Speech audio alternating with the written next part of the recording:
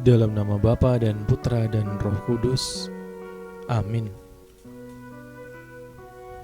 Bapak, Ibu, Saudara-saudari, umat beriman yang terkasih, selamat hari Minggu.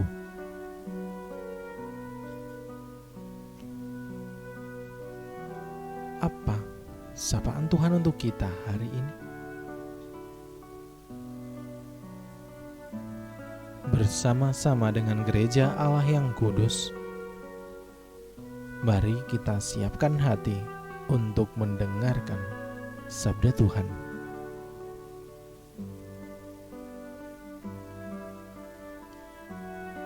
Inilah Injil Yesus Kristus menurut Markus.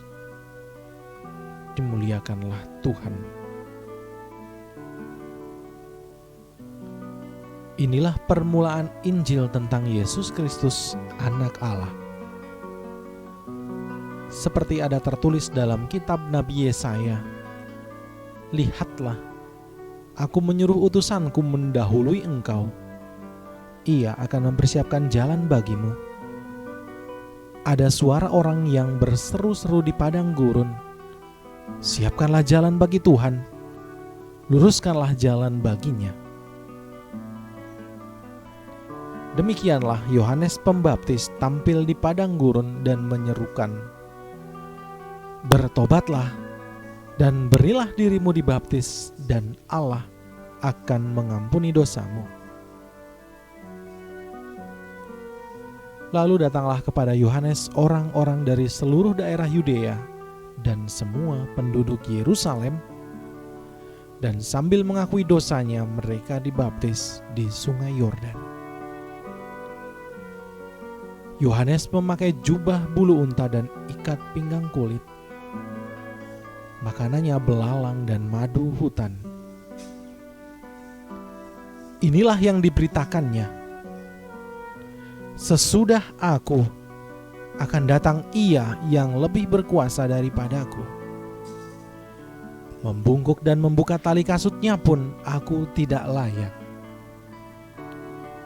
Aku membaptis kamu dengan air, tetapi Ia akan membaptis kamu dengan Roh Kudus."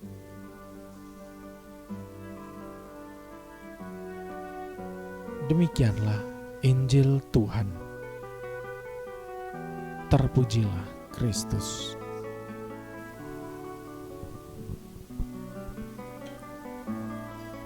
Bapak, Ibu, Saudara-saudari yang terkasih, dalam merayakan hari Minggu Advent yang kedua, kita disuguhkan oleh gereja sejagat akan kehadiran seorang nabi yang sangat luar biasa, yaitu Yohanes Pembaptis. Ia adalah tokoh yang sudah lama didumbuatkan sebagai utusan yang mempersiapkan jalan bagi Tuhan. Ia adalah seorang nabi yang dipilih oleh Allah untuk menjadi pewarta sabda keselamatan.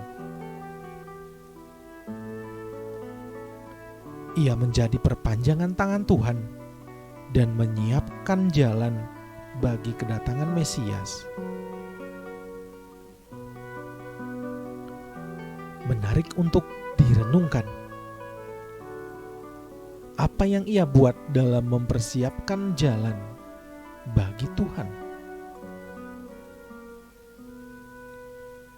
Yang pertama adalah kesederhanaan hidup. Yohanes Pembaptis adalah orang yang sederhana. Makan dan minumannya pun sederhana. Ia makan makanan sehat, yakni belalang dan madu hutan. Ia memakai jubah bulu unta dan ikat pinggang kulit. Apa yang ditampilkannya mempunyai makna kesaksian yang tangguh. Mengapa? Karena pada zaman itu ada banyak golongan yang tampil menawan, berpakaian bagus, tetapi hati mereka busuk dan penuh dengan dosa. Hal ini menyadarkan kita akan persiapan dalam menyongsong kedatangan Tuhan.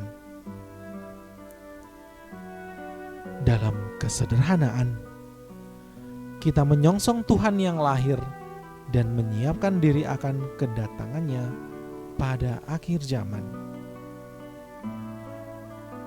Bukan dalam kemewahan, persiapan makan dan minuman yang utama, tetapi yang terpenting adalah kesederhanaan hati, karena Yesus lahir di dalam hati yang terbuka, hati yang sederhana dan penuh dengan kerendahan hati.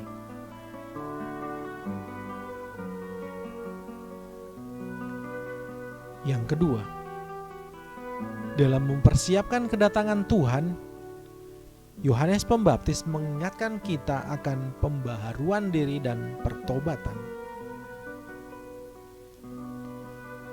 Karena itu, di padang gurun ia berseru, "Bertobatlah dan berilah dirimu dibaptis, dan Allah akan mengampuni dosamu."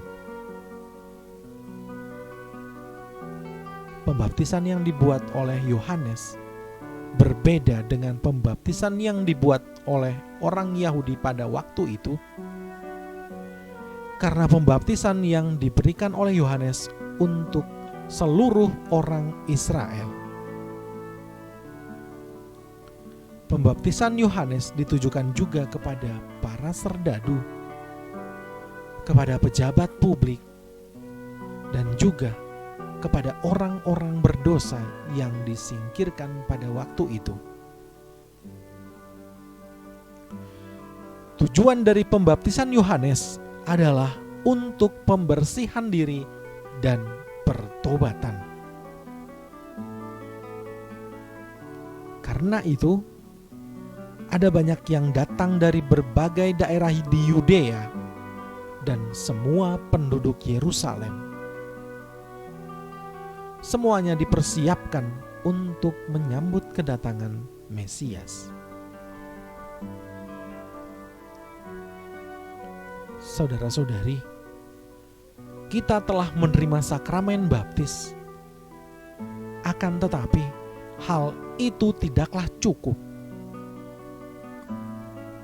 Karena rahmat sakramen pembaptisan itu hendaknya digunakan sehari-hari, dan perlu ada pembaruan dan pertobatan yang terus-menerus. Pengetahuan tentang Yesus dan ajaran-ajarannya yang telah dirumuskan oleh gereja memang penting sekali. Tetapi yang terpenting ialah bagaimana mempraktekkan ajarannya itu dalam keseharian hidup kita. Melalui ajaran Yesus, kita selalu diajak untuk memperbaharui diri dan bertobat setiap hari.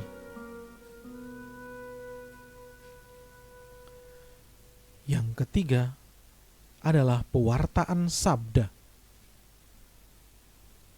Di Sungai Yordan, selain membaptis, Yohanes juga mewartakan kebenaran dan memberikan kesaksian tentang Yesus. Dalam pandangan mereka pada waktu itu, Yohanes adalah tokoh yang mempesona.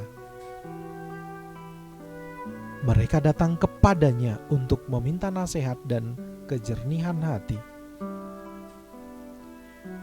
Dalam hal ini, sekalipun ia disanjung dan didengarkan oleh banyak orang, bahkan banyak orang mendekatinya, tetapi dengan lantang Yohanes bersaksi, "Sesudah aku akan datang Ia yang lebih berkuasa daripadaku. Membungkuk dan membuka tali kasutnya pun aku tidak layak. Aku membaptis kamu dengan air, tetapi Ia akan membaptis kamu dengan Roh Kudus. Hal-hal ini menunjukkan konsistensi Yohanes Pembaptis sebagai pembuka jalan akan kedatangan Mesias. Ia tahu akan perannya sebagai utusan Tuhan.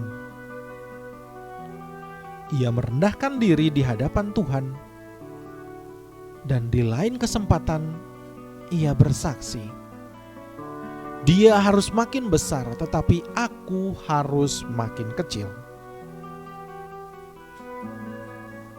Hal ini juga menjadi tantangan bagi kita, karena seringkali kita membanggakan diri, menomorduakan Tuhan karena kita ingin disanjung, dibanggakan karena sukses dalam banyak hal, dan kita lupa bahwa apa yang kita lakukan karena Tuhan, apa yang kita peroleh semata-mata karena Tuhan, bukan karena kehebatan kita.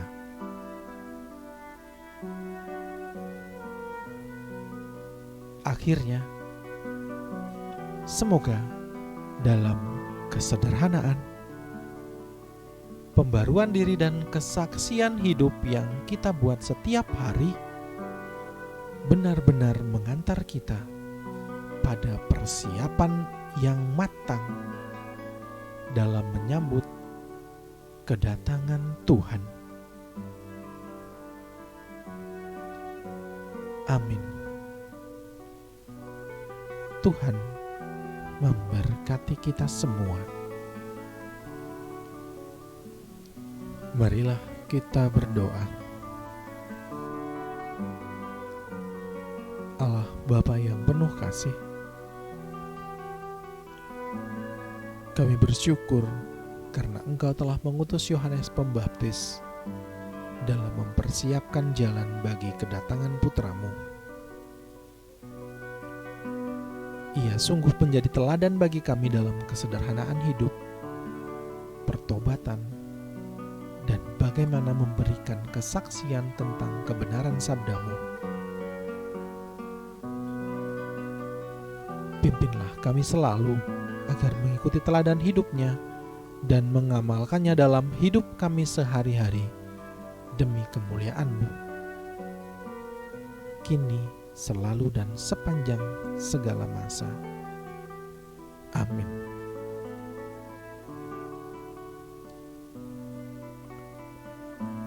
Kemuliaan kepada Bapa dan Putra dan Roh Kudus, seperti pada permulaan, sekarang, selalu, dan sepanjang segala abad. Amin. Dalam nama Bapa dan Putra dan Roh Kudus. Amin.